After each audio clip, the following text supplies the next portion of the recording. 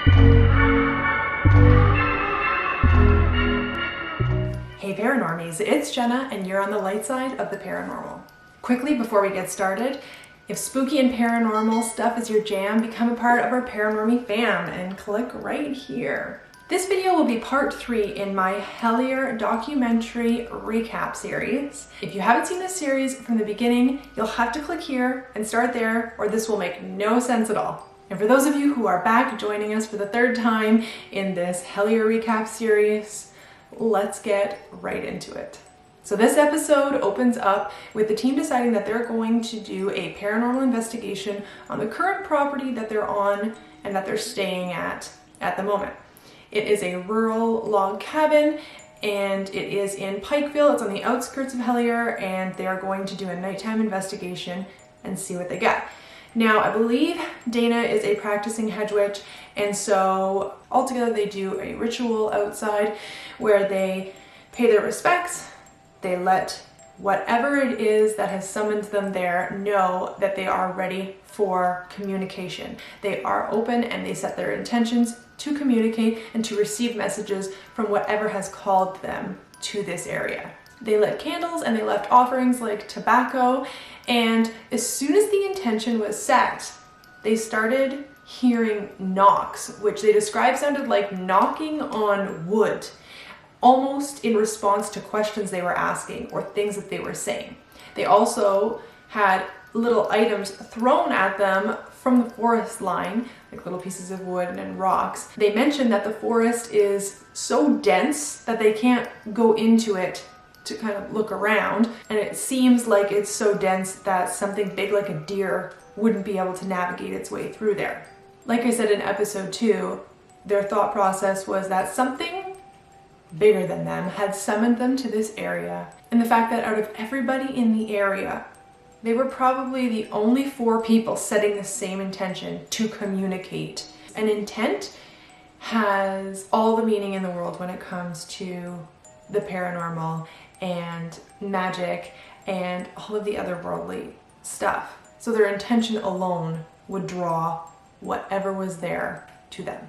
So they said having these things thrown at them, it really felt like they were being watched. It reminded them of their Bigfoot investigations, where you feel like there's something in the woods that is aware of what you're doing and your presence. So when this all started happening, they decided that they were going to set up a spirit box session on their front porch.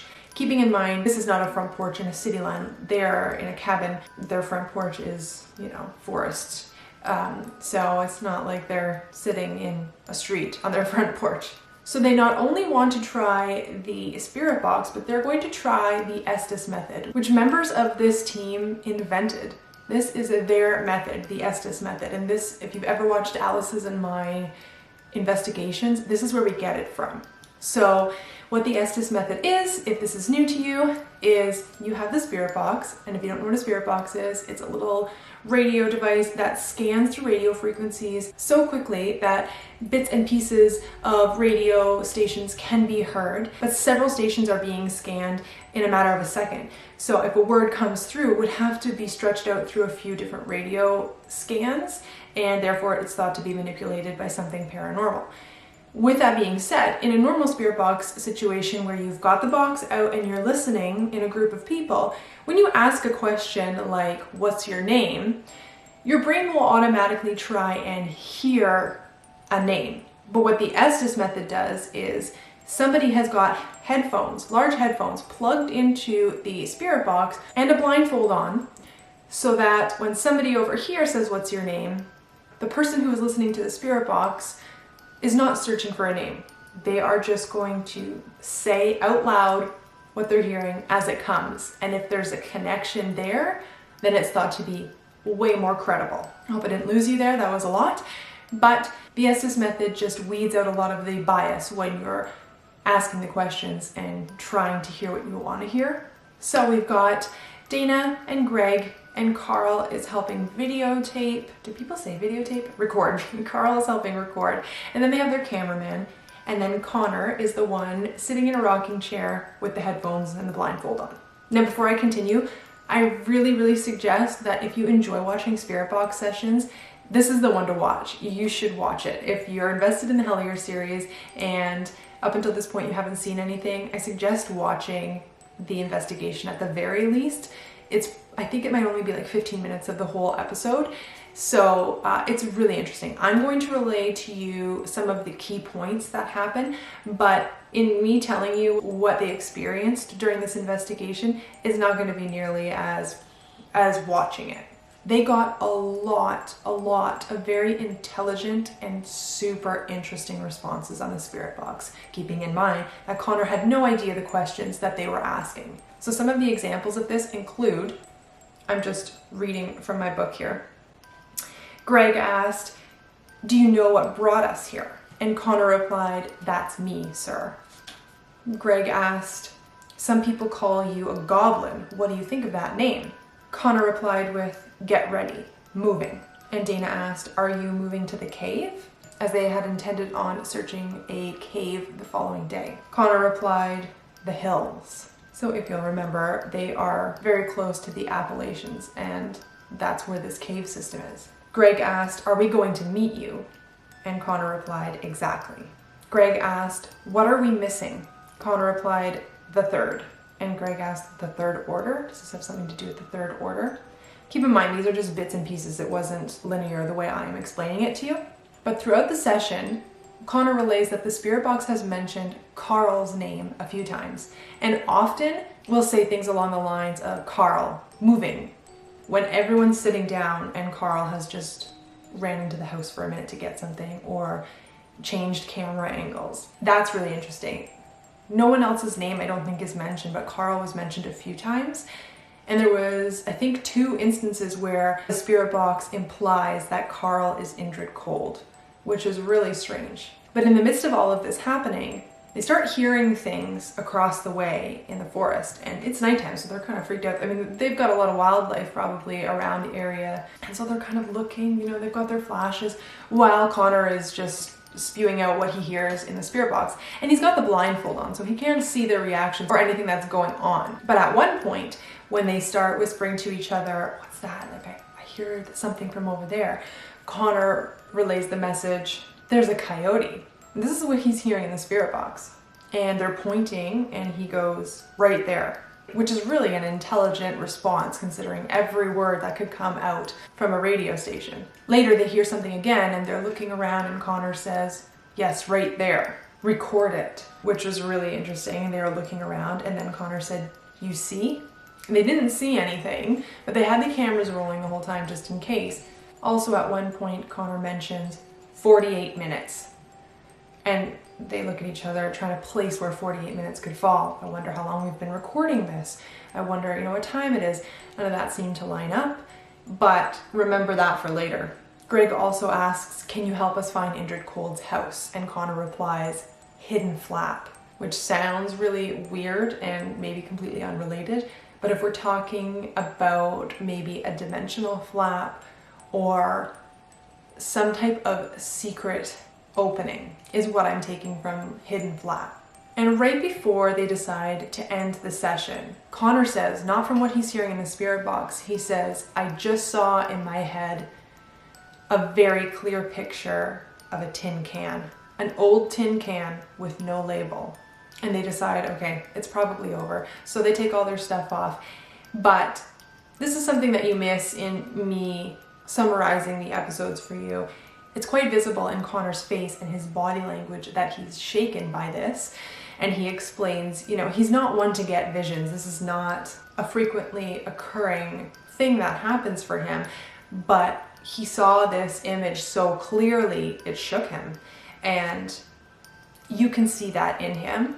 He is a little unsettled and doesn't know what to make of it. So they wrap up the investigation and go to bed. The next day, they decide they're going to search everywhere for any existence of David Christie. They go from courthouse to courthouse. They go to the county surveyor's office. They go to the county assessor's office. They go to the sheriff's department, and they go to the property value assessment office. They're just bounced back and forth through all of these offices looking for any sign that somebody named David Christie existed. They also show the clerks working at these places photos and ask them about David Christie. Do they know anything? Do they know anything related to a possible doctor who had lived here for a few months and left abruptly? And nobody knew of anybody named David Christie. And the result of all of this searching was that nobody by the name of David Christie ever lived on the grid in or around Hellier. He never registered a vehicle or owned property. But that doesn't mean that he didn't use a different name. That doesn't mean that he wasn't a different type of doctor. Maybe he had a doctorate. Maybe he was lying about being a doctor. Maybe he was a vet. Maybe he was a dentist. Something along those lines, but also maybe he rented. Maybe he inherited a property and never bought it. But throughout all of this, talking to the townfolk, what they did find out was that many of Hellier's residents had experienced or were currently experiencing the paranormal, including seeing UFOs float in the sky for so long that it becomes boring and they move on with their day. A psychologist also told them that she had believed that her family had been attacked demonically. But what Greg points out is through all of this, they had a very strange name for what they called ghosts. They called them critters. And a few of them said that they had a problem with critters. A local priest even said that there are critters all over here and they attach themselves to people, families, and properties quite easily. So later on, they went to go meet with Tammy. Tammy was the nice lady that was giving them all the information on their first visit that they contacted this time around, and she had mentioned her grandsons had seen some strange footprints outside of a cave area and that there was some type of burial ground there that made them feel very uncomfortable, but that they would show the team where this was and show them the photos of the footprints. They meet up with Tammy and they wait for her to come out, and when she finally comes out, she lets them know that her grandson decided to go hunting instead, and that he wouldn't be showing them anything, which is really suspicious to me. It could be really innocent with a lot of different explanations as to why he didn't want to be doing this, but it's a little suspicious. But randomly there, they meet this man named Joey, who turned out to be an amateur caver and had a lot of stories. So they start talking about the caves and the footprints and David Christie, and they get talking about that. And he says that he knew a guy that saw strange three-toed footprints outside of a cave nearby years ago. And he also said that in his cave explorations that he had seen some really strange carvings on the cave walls or at the cave entrances. One specifically being of Chief Cornstalk, which turns out to be the same Native American legends associated with the Point Pleasant case, and that's the Mothman Prophecies case. So there's another link to the Point Pleasant cases. He said that people had defaced this carving, at first that they had spray painted over it, and eventually they had chipped it off, saying that they were trying to hide it from people, which is strange, but it brings everything back to the John Keel case in Point Pleasant. So at this point, the team mentions, if this is a hoax, if this whole David Christie terrorist thing, Hellier Goblins, if this is a hoax, then we have definitely taken the bait. But what Connor mentions is that what's scarier than that is that they've taken it so far that they've actually found something real. So back at the cabin, Connor is the only one who gets service on his phone. And he gets a random call from this Joey guy that they had just seen shortly before. And he said, you remember I was telling you about the guy I knew years ago who found the three-toed footprints? Well, I haven't seen him in a long time and I just bumped into him. The synchronicity there alone is crazy that he hasn't seen this guy in a long time and he bumps into him right after he tells the team about this guy and what he's experienced. So that right there is a huge synchronicity. And they end up speaking to this man, and the way that he describes the footprints, they don't really match up. It's really funny. Their conversation with him is really funny because he mentions, these three-toed footprints, and as they ask more questions, they kind of realize that they're more bird-like rather than the three-toed footprints that they have photos of. it kind of comes full circle as they say to him, you know, you've been here many years, have you experienced anything weird? No, not really. No, you haven't experienced, and it's just this longer conversation that comes right back around to, well, there was this one time, there was a UFO, so that they say, you know, so you did see a UFO, you have seen something strange. Yeah, just this one time. And then he starts telling the story and then is reminded of, oh, but this other time I saw this. And it just spirals into this whole, you know, this man thought he had not experienced anything strange. And, you know, he's experienced all of these very strange things. But where the footprints are concerned, it wasn't a match. That aside, that same night, Connor gets a text from Tyler Strand. Tyler Strand is a paranormal investigator that Greg and Dana met a few years prior to this, I believe. And he is described as the lone wolf investigator. He does all these paranormal investigations by himself. And so that takes a whole special kind of person to do stuff like that. But Greg describes Tyler as always being at 11. So if you know what that means, right? If you're, you know, if 1 is you're completely done and 10 is high energy, Tyler is always at an 11. So the text says, Greg, give me a call when you can. I just had a weird thing happen and I have some new details to tell you. So they ask him what's up and he messages back, listen guys, I don't know how you managed to connect this Hellier stuff with the Point Pleasant cases, but I was just in Point Pleasant and I have a bizarre possible connection to Injured Cold. So now they call him, they're sitting around, they've got him on speaker. What could this be? This, to bring up Injured Cold again is just crazy. And I don't think that they had mentioned Injured Cold to him originally. They had just said, this has got a lot to do with the Point Pleasant case. It's very similar. So he says he was just at a Mothman convention, I believe it was, and he ran into a man who has a very specific interest in creatures spotted in and around caves. And over the years, he's taken every reference he could find on creatures in and around caves and created his own 94 plus page book on the subject. So Tyler is like, man, I need a copy of this. Not only do I need a copy of this, I gotta show this to Greg and Dana. And that's where they leave off their conversation. So the next day, Tyler decides, I gotta call this guy. I gotta stay on him because I need a copy of this. He doesn't want to leave it as, you know, they just had a chit chat and he's like, I need this book. And that's where they left it. He wanted to make sure that he really did get his hands on this book. And he calls this guy and the guy picks up instantly and says, Tyler, I was just dialing your number when my phone rang and it was you. So synchronicity there, this was supposed to happen. And he says, you know, I'll get you this info.